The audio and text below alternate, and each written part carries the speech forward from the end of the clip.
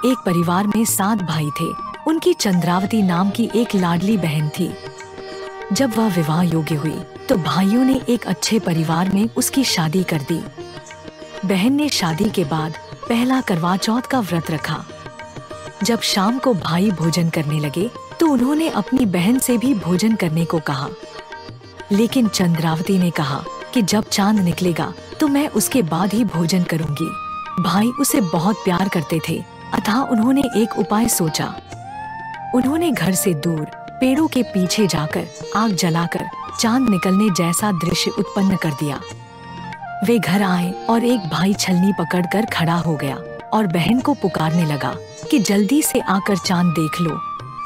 बहन ने चांद निकला जानकर उसे अर्घ्य दे दिया और व्रत खोल दिया। इतने में उसके ससुराल से खबर आई कि उसके पति की तबीयत बहुत खराब है। चंद्रावती ने सोचा कि मैंने तो ऐसा कोई अपराध नहीं किया जिसका मुझे दंड मिल रहा है। सारे संसार में आज पत्नियां अपने पति की लंबी आयु के लिए व्रत रख रही हैं, पर मेरे सुहाग को क्या हुआ कि वह इतना बीमार हो गया।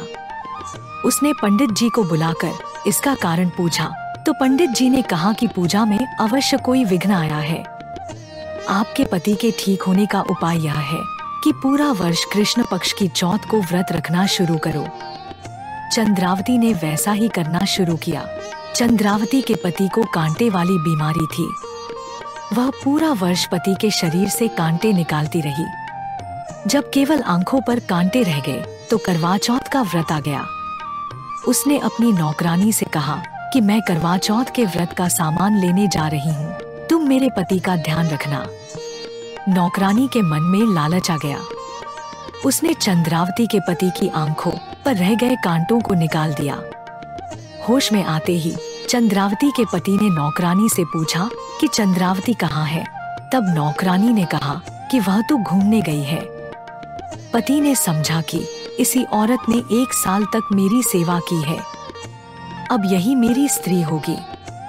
जब चंद्रावती सामान लेकर वापस आई तो उसकी कोई बात सुने बिना ही उसके पति ने उसे घर से निकाल दिया।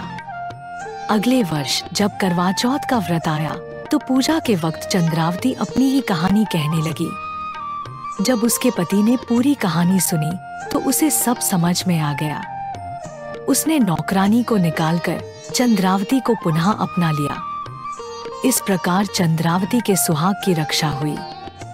उसने मां पार्वती से प्रार्थना की, हे गौरी माता, जिस तरह आपने मेरे सुहाग की रक्षा की उसी तरह सबके सुहाग बने रहें।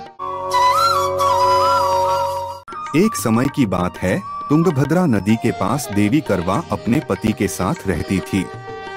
एक दिन करवा के पति नदी में स्नान करने गए तो एक मगरमच्छ ने उनका पैर पकड़ लिया और नदी में खींचने लगा। मृत्यु करीब देखकर करवा के पति करवा को पुकारने लगे। करवा दौड़कर नदी के पास पहुंची और पति को मृत्यु के मुंह में ले जाते मगर को देखा। करवा ने तुरंत एक कच्चा धागा लेकर मगरमच्छ को एक पेड़ से बांध दिया। करवा के सतीत्व के कारण मगरमच्छ कच्चे धागे में ऐसा बंधा कि टस से मस नहीं हो पा रहा था। करवा के पति और मगरमच्छ दोनों के प्राण संकट में फंसे थे। करवा ने यमराज को पुकारा और अपने पति को जीवन दान देने और मगरमच्छ को मृत्यु दंड देने के लिए कहा। यमराज ने कहा, मैं ऐसा नहीं कर सकता क्योंकि अभी मगरमच्छ की आयु शेष है और तुम्हारे पति की आयु पूरी हो चुकी है। क्रोधित होकर करवा ने यमराज से कहा, अगर आपने ऐसा नहीं किया तो मैं आपको श्राप दे दूंगी।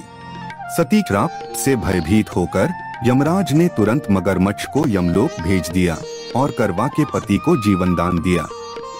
इसलिए करवा चौथ के व्रत में सुहागन स्त्रियां करवा माता से प्रार्थना करती हैं कि हे करवा माता, जैसे आपने अपने पति को मृत्यु के मुंह से वापस निकाल लिया, वैसे ही मेरे सुहाग की भी रक्षा करना। आप हमारे संत वाणी चैनल को सब्सक्राइब करें, वीडियो को लाइक करें, शेयर करें और हाँ, बेल आइकन पर क्लिक करना बिल्कुल ना भूलें ताकि हमारी किसी भी वीडियो की सूचना सबसे पहले आपको मिले।